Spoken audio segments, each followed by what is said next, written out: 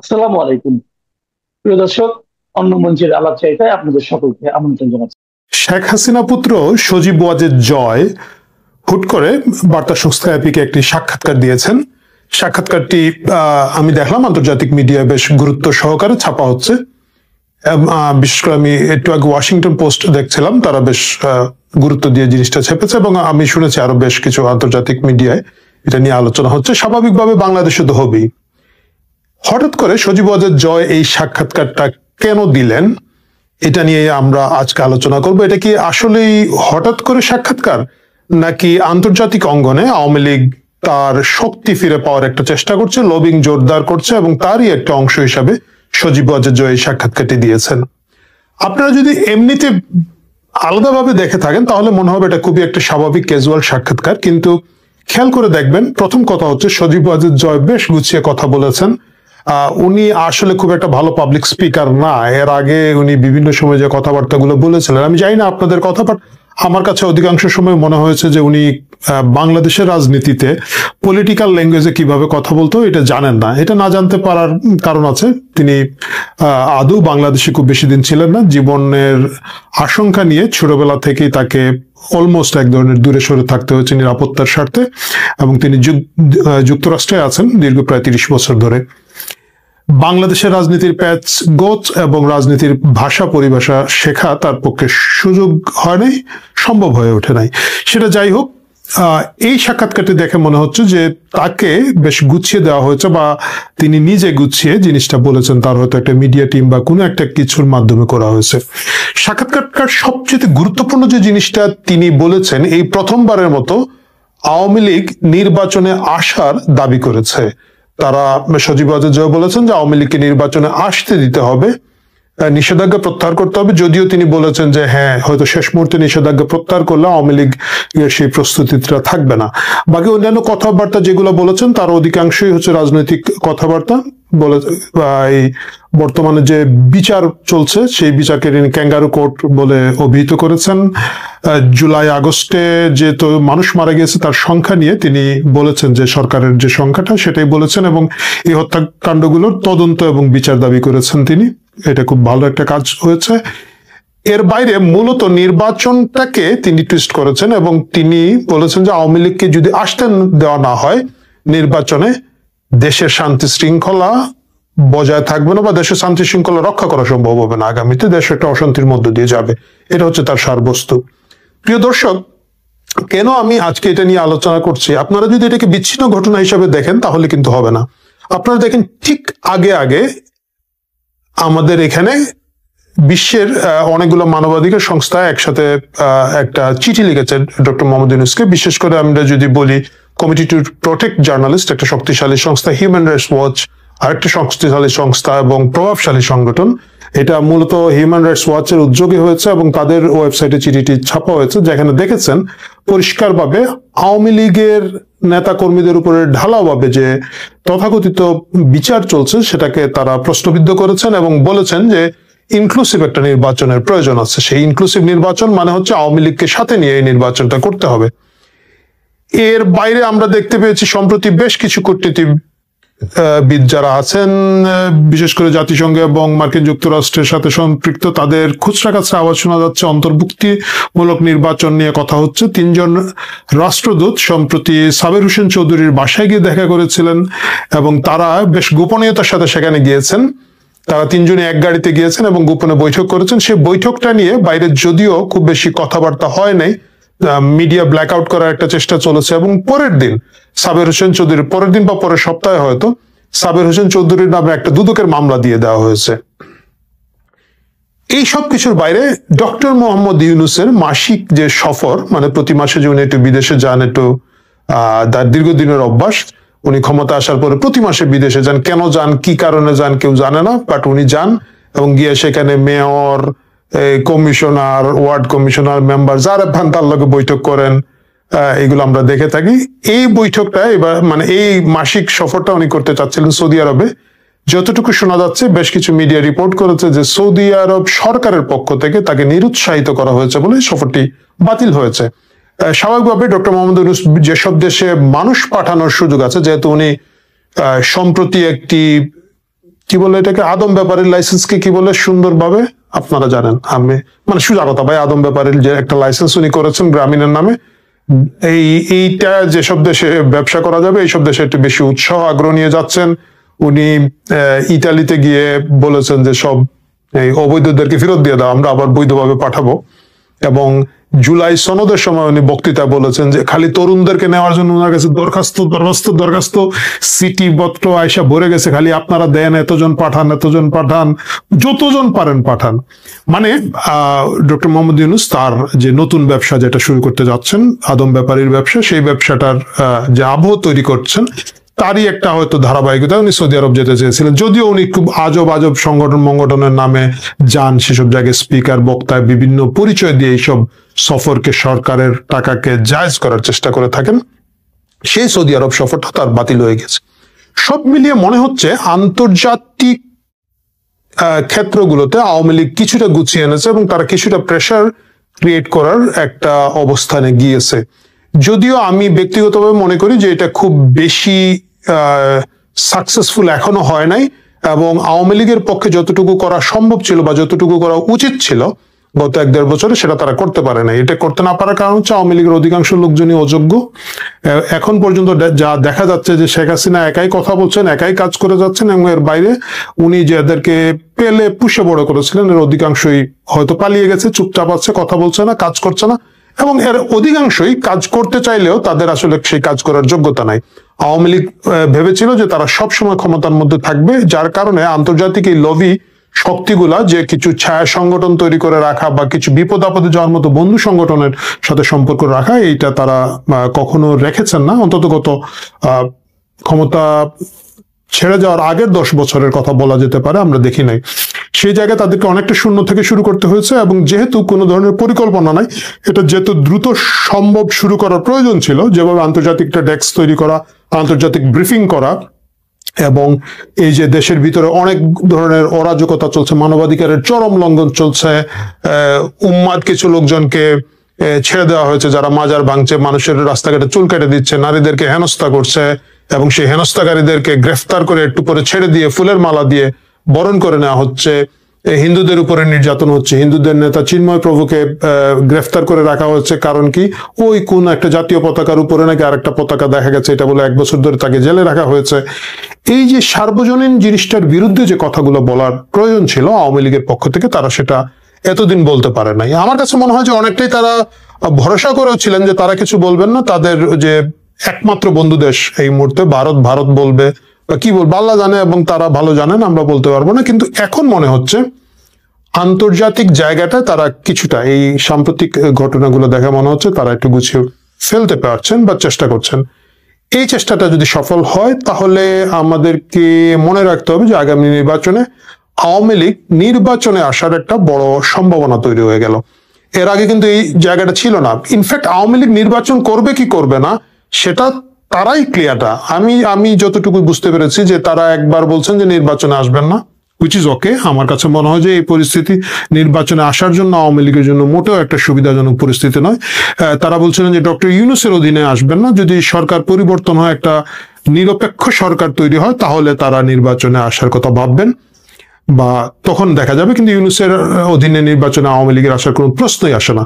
কিন্তু সজীব ওয়াজেদ জয়ের বক্তৃতা থেকে বোঝা যাচ্ছে যে ওনার সাক্ষাৎকার থেকে ধারণা করা হচ্ছে যদি একটা পরিবেশ দেওয়া হয় আওয়ামী লীগ নির্বাচনমুখী একটা দল এবং তারা হয়তো নির্বাচনে আসতে চাইবে।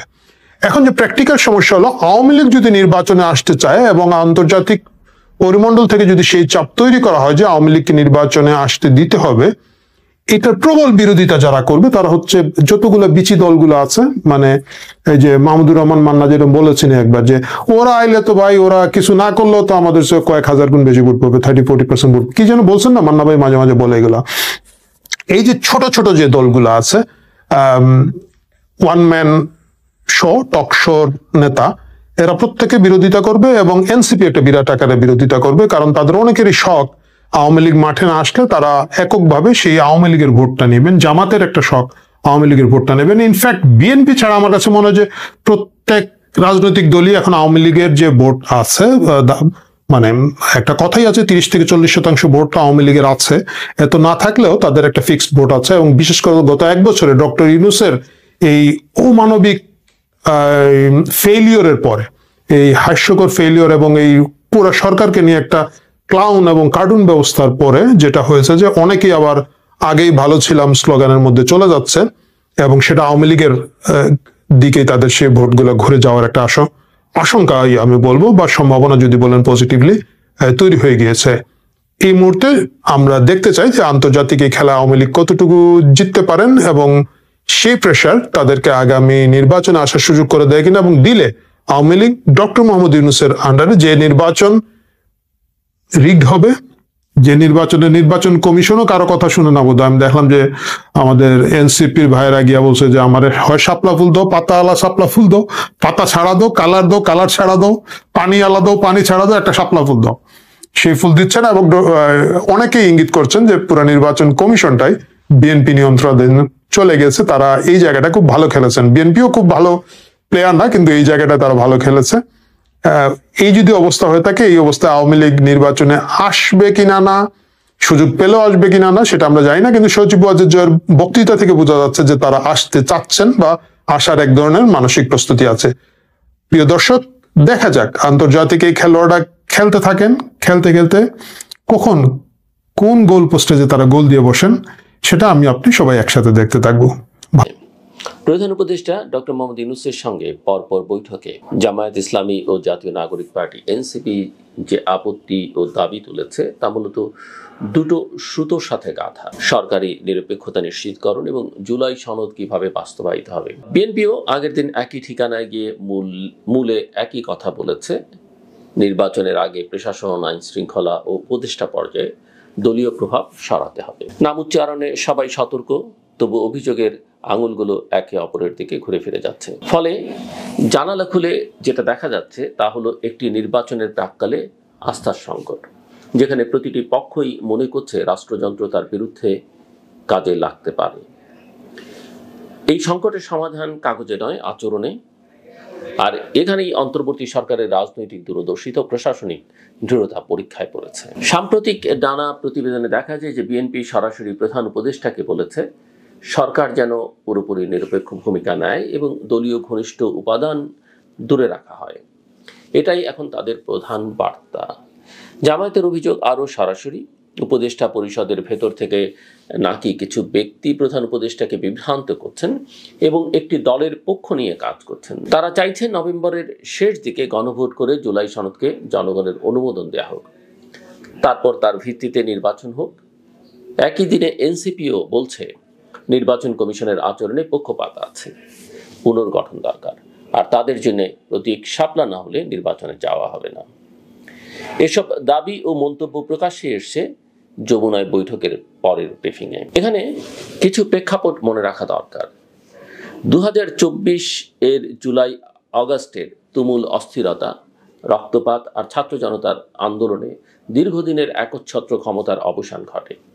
সেই ধারাবাহিকতায় নোবেলজয়ী মোহাম্মদ ইউনূসের নেতৃত্বে অন্তর্বর্তী সরকার গঠিত হয়, লক্ষ্য অস্থিরতার অবসান ঘটিয়ে একটি গ্রহণযোগ্য নির্বাচন আয়োজন। সরকার গঠনের সময় বেসামরিক সমাজের অনেকে, এমনকি ছাত্র নেতাদেরও পরামর্শক হিসেবে নেওয়া হয়। পরে আবার সেখান থেকেই কেউ কেউ দল গঠন করে রাজনীতিতে নেমেছেন।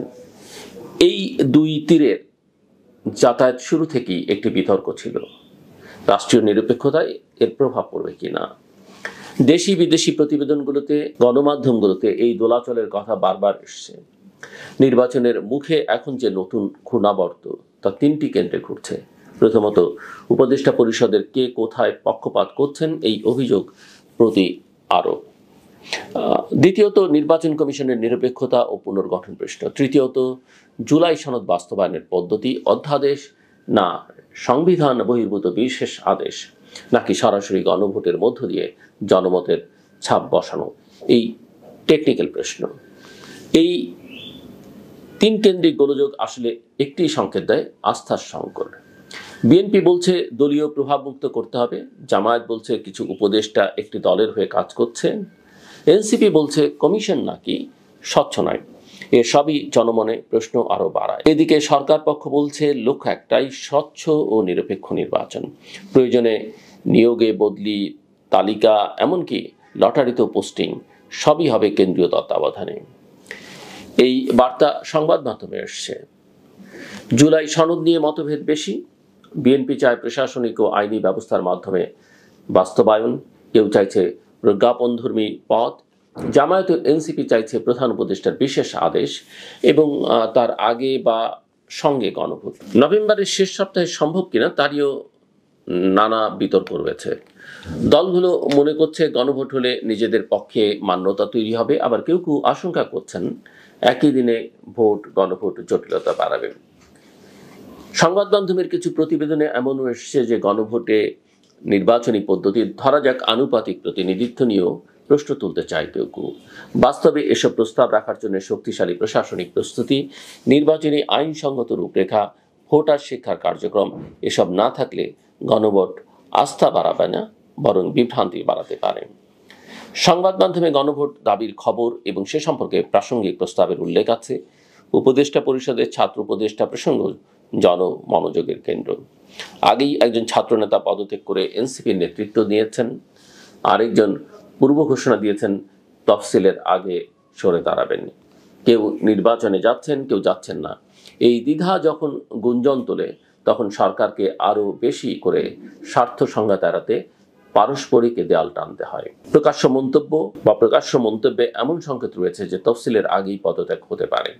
এসব বার্তাই শেষ পর্যন্ত সরকারের উপর চাপ বাড়াচ্ছে নিরপেক্ষতা দেখানোর, কাগজে নয় বাস্তবে। এই ক্যানভাসে বিএনপি, জামায়াত, এনসিপি তিন পক্ষের বক্তব্যে মিল যেমন আছে তেমনি ফারাকও আছে। মিল হলো তিন পক্ষই নিরপেক্ষতার কথা বলছে, ফারাক হলো কে কাকে দলীয় বলে চিহ্নিত করছে, জুলাই সনদে কারা কি পদ্ধতি চায় আর নির্বাচন কমিশন নিয়ে কারা কি আলাদা দাবি তুলছে। জামায়াতের দাবি প্রশাসন ও পুলিশের 65 থেকে 80% একটি দলের অনুগত। এই ধরনের পরিসংখ্যান জনসমক্ষে প্রমাণসহ দেখানো হয়নি, কিন্তু রাজনৈতিক বক্তব্য হিসেবে এর অভিজ্ঞতা বেশ বড়, কারণ এতে মাঠ পর্যায়ের প্রতিটি বদলি পর্যন্ত শঙ্কার ছায়ায় পড়ে। সরকার যদি বদলি পদায়নে ফিট লিস্ট থেকে বাছাই করে প্রধান উপদেষ্টার সরাসরি তত্ত্বাবধানে কাজ করে, তবে সেটি দ্রুত, স্বচ্ছ, প্রকাশ্য, যুক্তিসহ হতে হবে, নইলে ভূত দেখার অভিযোগ থেকেই যাবে। নির্বাচন কমিশনের প্রশ্ন এখন সবচেয়ে স্পর্শকাতর। কমিশন যদি কোনো দলের প্রতীকের বিষয়ে পক্ষপাত দেখায়, এমন অভিযোগ প্রকাশ্যে উচ্চারিত হয়, তবে তা একাই নির্বাচনের বিশ্বাসযোগ্যতা নষ্ট করে দিতে পারে। এনসিপি প্রকাশ্যে বলেছে শাপলা না হলে তারা যাবে না, কমিশন বলছে দেবে না।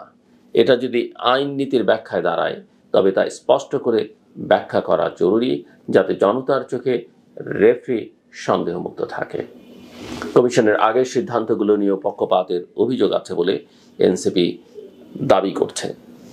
এই জায়গায় কমিশনের আত্মপক্ষ সমর্থনের দায়িত্ব কম নয়, কারণ সংবিধান কমিশনকে যে মর্যাদা দিয়েছে তা আচরণে জলজল না করলে কাগজে থেকে যায়। এই সব বিতর্কের মধ্যে প্রধান উপদেষ্টা বারবার আশ্বাস দিচ্ছেন নির্বাচন অবাধ, সুষ্ঠু, নিরপেক্ষ ও উৎসব মুখর হবে, সব প্রয়োজনীয় পদক্ষেপ নেওয়া হবে। সরকারের পক্ষ থেকে জনসেবায় নিয়োগ বদলির বিষয়টি তার সরাসরি তত্ত্বাবধানে থাকবে বলে যে বার্তা এসেছে সেটি আস্থার দোকানে পুঁজি জমা দেয় বটে, কিন্তু এই আশ্বাসকে প্রতিদিনের নীতি আচরণ, স্বচ্ছ তথ্য ও নিরপেক্ষ প্রশাসনিক পদক্ষেপে রূপান্তর করাই এখন বড় কাজ। আন্তর্জাতিক ও দেশীয় পর্যবেক্ষণ, মিডিয়ার ধারাবাহিক নজরদারি এবং রাজনৈতিক পক্ষগুলোর প্রমাণ নির্ভর বক্তব্য, এই তিনটি স্তম্ভ যত মজবুত হবে ততই রাজনৈতিক উত্তাপ কমবে। আরেকটি স্তর আছে রাজপথ ও আমলাতন্ত্র। গত এক বছরে বিভিন্ন সময়ে শিক্ষক, কর্মকর্তা, কর্মচারীদের ক্ষোভ, আমলাতন্ত্রের অস্বস্তি, নানা প্রজ্ঞাপনকে ঘিরে টানাপোড়েন এসবে দেখিয়েছে প্রশাসনকে শান্ত রাখতে হলে সংলাপ, স্বচ্ছতা ও আইনি স্থিতিশীলতা অপরিহার্য। নির্বাচনকালে যদি বারবার বদলি, স্থলাভিষিক্ত ও লটারি কেন্দ্রিক নাটক চলে, তবে সে নাটকের মঞ্চে দাঁড়িয়ে নিরপেক্ষতা বিশ্বাস করাতে কঠিন হবে। এই প্রেক্ষাপটে আন্তর্জাতিক সংবাদ মাধ্যমও বলছে ইউনূস সরকারকে চারদিকের চাপ সামলে স্থিতি ফিরিয়ে আনতে হবে। নির্বাচন সময়সূচি নিয়ে মতপার্থক্য থাকলেও লক্ষ্য হওয়া উচিত দ্রুত, ও গ্রহণযোগ্য পথ নকশা। এখন কি করা দরকার? এই প্রশ্নে আমার দৃষ্টিতে কয়েকটি মৌলিক কাজ সামনে আসে। প্রথমত, উপদেষ্টা পরিষদে স্বার্থ সংঘাত এড়াতে স্পষ্ট আচরণবিধি, রিফিউজাল বা নিজেকে কোনো সিদ্ধান্ত থেকে সরিয়ে নেওয়ার নিয়ম, এবং কোনো উপদেষ্টার রাজনৈতিক সংযোগ থাকলে তা প্রকাশ্য ঘোষণা, এই তিনটি প্রোটোকল অবিলম্বে কার্যকর করা যায়। দ্বিতীয়ত, বদলি পদায়নে একটি প্রকাশ্য মানদণ্ড তালিকা, যোগ্যতা, সিনিয়রিটি, পূর্বতন অভিযোগের অবস্থা, নির্বাচনী দায়িত্বে অতীত আচরণ, এসব স্কোরিং করে প্রকাশ করা যেতে পারে। তৃতীয়ত, নির্বাচন কমিশন তার প্রতিটি বড় সিদ্ধান্তের ব্যাখ্যানও প্রকাশ করবে, কেন, কোন কারণে, এবং রাজনৈতিক পক্ষগুলোর অভিযোগের জবাব নির্ধারিত সময়সীমার ভিতর লিখিতভাবে দেবে। চতুর্থত, গণভোট যদি করতেই হয় তবে প্রশ্নপত্রের ভাষা, ভোটার শিক্ষার কৌশল, আইনগত পরিণতি সব স্পষ্ট করে আগে থেকে জানাতে হবে।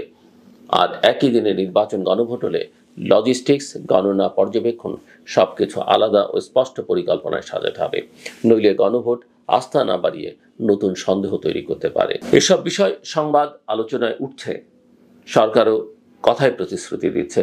এখন দরকার কাজের ক্যালেন্ডার। সবশেষে, রাজনীতির ভাষা শান্ত হতে হবে। অমুকরা 80% জায়গা দখল করেছে, এমন বক্তব্য জনমতকে উত্তেজিত করে কিন্তু সমাধান দেয় না। আবার সব দায়িত্ব আমার তত্ত্বাবধানে, এই আশ্বাসও নিয়ম কানুন, মানদণ্ড ও স্বচ্ছ তথ্য না হলে কার্যকারিতা হারায়। আমাদের লক্ষ্য যদি সত্যি অবাধ, সুষ্ঠু, নিরপেক্ষ নির্বাচন হয়, তবে প্রতিটি পক্ষকে এখন প্রমাণ নির্ভর বক্তব্যে নামতে হবে। আর সরকারকে প্রতিটি দিন দেখাতে হবে কাগজে নয়, কাজে নিরপেক্ষতা কিভাবে রূপ নেয়। অন্তর্বর্তী সরকারের কাছে নাগরিক প্রত্যাশা এখানেই, আপনাদের পদক্ষেপ দেখে যেন মানুষ বিশ্বাস করতে পারে ব্যালটের বাক্সে তারাই শেষ কথা বলবে। সংবাদ মাধ্যমগুলোর নানা প্রতিবেদন বলছে বিতর্ক আছে, আস্থার সংকট আছে, কিন্তু একই সঙ্গে আলোচনার দরজা খোলা আছে এবং সরকার পক্ষ থেকে নিরপেক্ষ নির্বাচনের প্রতিশ্রুতি পুনরাবৃত্ত হচ্ছে। এই দরজাটা খোলা রাখতে পারলেই স্বচ্ছ রোডম্যাপ, গণভোটের স্পষ্টতা, কমিশনের জবাবদিহি এবং বদলি পদায়নের ন্যায্যতা বাংলাদেশ আবারও দেখাতে পারবে কঠিন পথ পেরিয়েও আমরা গণতান্ত্রিক পথেই ফিরতে জানি। আমার বিশ্বাস আজকের এই উত্তপ্ত বিতর্ক আসলে একটি পরীক্ষা। রাষ্ট্রযন্ত্র, রাজনীতি আর নাগরিক আস্থার ত্রিভুজে কে কতটা পরিপক্ক। এই প্রতীক্ষায় উত্তীর্ণ হওয়ার রাস্তা কথায় নয়, নীতিতে। নীতির সিলমোহর বসে প্রশাসনের টেবিলে, কমিশনের কক্ষে আর ব্যালট বুথে। সেই সিলমোহরই নির্ধারণ করবে এই নির্বাচন কেবল ক্যালেন্ডারের একটি দিন নাকি বাংলাদেশের গণতান্ত্রিক যাত্রায় একটি নতুন মাইলফলক। আমার কথা শুনবার জন্য